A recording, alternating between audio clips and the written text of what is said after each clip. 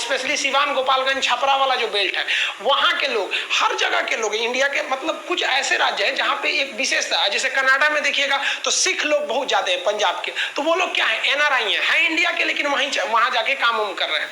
तो ये एनआरआई जो होते हैं ये बहुत ही अच्छा काम करते हैं। हमारे हिसाब से इस देश के लिए हमारे हिसाब से जो सच्चा देशभक्त हो जाता है ना, हो सकता है हम गलत है, सबसे पहला भारतीय सेना, जो थल सेना, नौसेना, वायुसेना सबको मिला के कहते हैं, तो जो हमारी जो सैनिक है वो सबसे बड़े देशभक्त है। दूसरे नंबर पे हमारे किसान, और थर्ड नंबर पे हम इन एनआरआई को समझते हैं। रीजन क्या है कि ये लोग हिंदुस्तान में पढ़े लिखे, टेक्नोलॉजी लिए वहां जाके काम करते हैं। जैसे सऊदीया में, अरब में, मिडिल ईस्ट में 55 लाख लोग हमारे हिंदुस्तानी भाई काम करते हैं वहां पर, और वो लोग वहां पर काम करते हैं, मेहनत करते हैं, पसीना बहाते हैं, और जो इनकम होता है वो खड़े पैसा हिंदुस्तान में भेज देते हैं। तो सोचिए, आप एक कल्पना कीजिए कि हिंदुस्तान में धड़ाधड़ पैसा आ रहा है, अब बदले में हिंदुस्तान न उन्हें खाने को दे रहा है, न पीने को दे रहा है, कुछ तो नहीं दे रहा है, वो उसी देश में काम करते हैं, लाखों लोग काम करते हैं।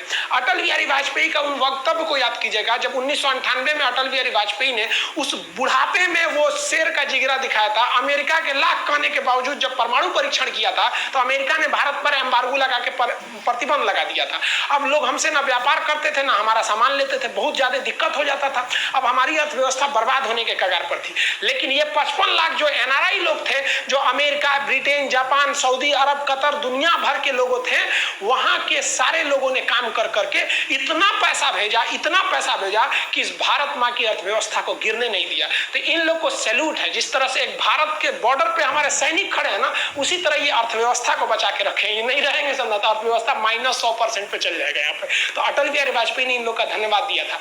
ये बहुत हम लोग ध्यान नहीं देते कि हमारी अर्थव्यवस्था को बचाने में इन लोग का हाथ है। अब आप खुद सोच के देखिए कि ये भारत के लिए कितना बेहतरीन काम कर रहे हैं, इनकम दे रहे हैं, और हमसे कुछ नहीं ले रहे हैं। तो हमारा देश का संविधान का भी कर्तव्य है कि नहीं इनके लिए कुछ करे। तो हम लोग का जो देश का संविधान है वो भी बहुत बेहतरीन, उसने कहा कि भैया जो एनआरआई लोग हैं, लोग इतना मेहनत से भारत में पैसा भेज रहे हैं, इनके पैसे पर हम टैक्स नहीं लेंगे। बहुत बेहतरीन काम किया इन लोगों ने कि जो दिया इनकम टैक्स फ्री है। अब विदेश में जाइए, यहाँ कमाइए। सीमान और ये सब जो यूपी बिहार का एरिया है, वहाँ एनआरआई वाले लोग पे तो गाना निकल गया, सैया अरब गई ने अब केकरा संगे लड़ब हम, इस तरह का एक तो गाना निकल गया भोजपुरी में। तो सोचिए एनआरआई की अर्थव्यवस्था में कितना महत्वपूर्ण है। हम लोग एनआरआई हैं नहीं है, हमारे एक दो दोस्त हैं जो एनआरआई है, साथ पढ़े थे, अभी बाहर काम करते हैं। आप लोग के भी कुछ रिलेटिव होंगे जो एनआरआई होंगे, जो भारत के तो हैं लेकिन वो अभी भारत में नहीं रहते हैं। एनआरआई लोग वोट डाल सकते हैं, याद रखिएगा। उनके वोट को हम प्रॉक्सी वोट कहते हैं, लेकिन भारत में अभी ऐसी व्यवस्था बहुत अच्छे ढंग से नहीं है। मोदी जी ने 2016 में एक स्टेटमेंट दिया था, अभी 2020 आ गया, इस पर कुछ खास काम नहीं किया गया, लेकिन उन्हें वोट का अधिकार होना चाहिए। बाई पोस्ट वो अपने यहाँ पोस्ट ऑफिस से वोट डाल के भेज सकते हैं। स्पीड पोस्ट टाइप का कुछ ऐसी व्यवस्था रखना चाहिए उन लोग के लिए। अब एनआरआई की पहचान क्या है? तो एनआरआई के पास पासपोर्ट का होना जरूरी है। अगर पासपोर्ट नहीं है तो आप भारत छोड़ के जा ही नहीं सकते हैं। तो भारत छोड़कर जाने के लिए दूसरे देश में पासपोर्ट की जरूरत है। तो ये एनआरआई की सबसे बड़ी पहचान है। आप लोग अगल बगल में पता करिए कितने लोग एनआरआई हैं। हम लोग टोटल हिंदुस्तानी। अब एनआरआई में जो लोग बाहर काम कर रहे हैं, अब आगे समझते हैं इसके।